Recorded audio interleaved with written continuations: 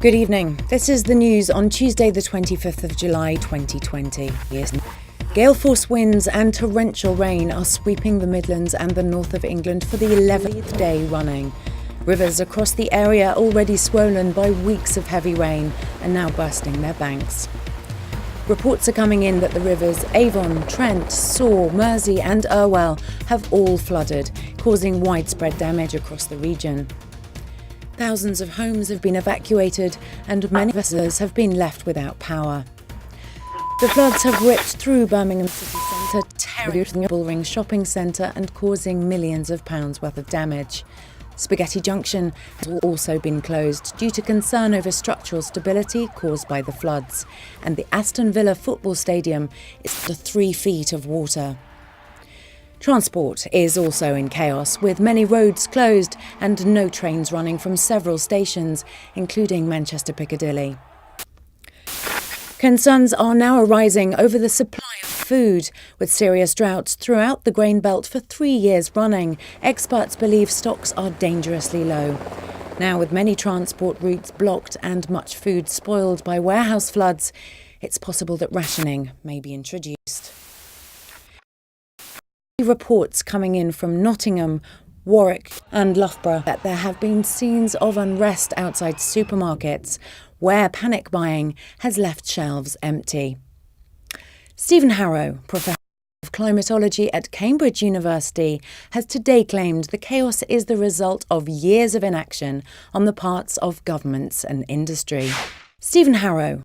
Yes, good evening.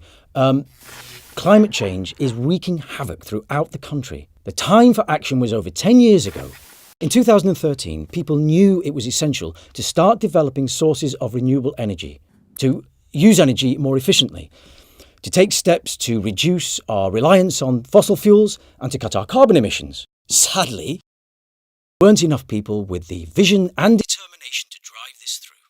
Stephen Harrow there. And now let's go over live to Westminster, where our Home Affairs correspondent Jo Romney has breaking news. Yes, thank you, Sarah. As you know, a meeting of COBRA was announced earlier today to address the growing crisis in the UK. After over 5 hours of talk, the Prime Minister, other members of the Cabinet and senior military personnel emerged.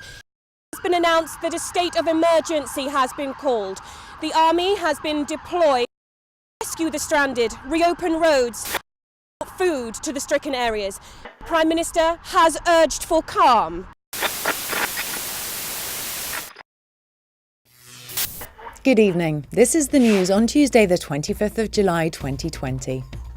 The Department of Energy and Climate Change has issued a report showing that the UK has met a number of ambitious targets around delivering sustainable energy. The report shows that once again the UK has increased the percentage of electricity generated by renewable energy, this year by over 30%. Targets for the reduction of carbon emissions have also been met.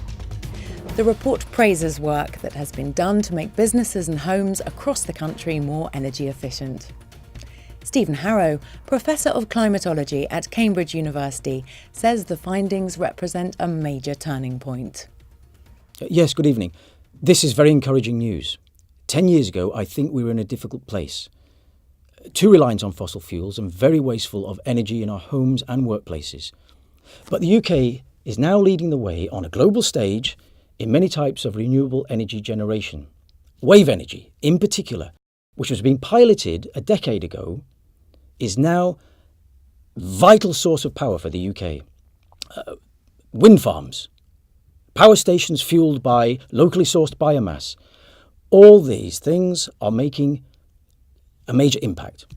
We're seeing encouraging signs that we're halting the rate of climate change. Extreme weather events are becoming less common, and temperature rises on land and in the oceans seems to have peaked and stabilised. We're not out of the woods yet, but we're definitely heading in the right direction.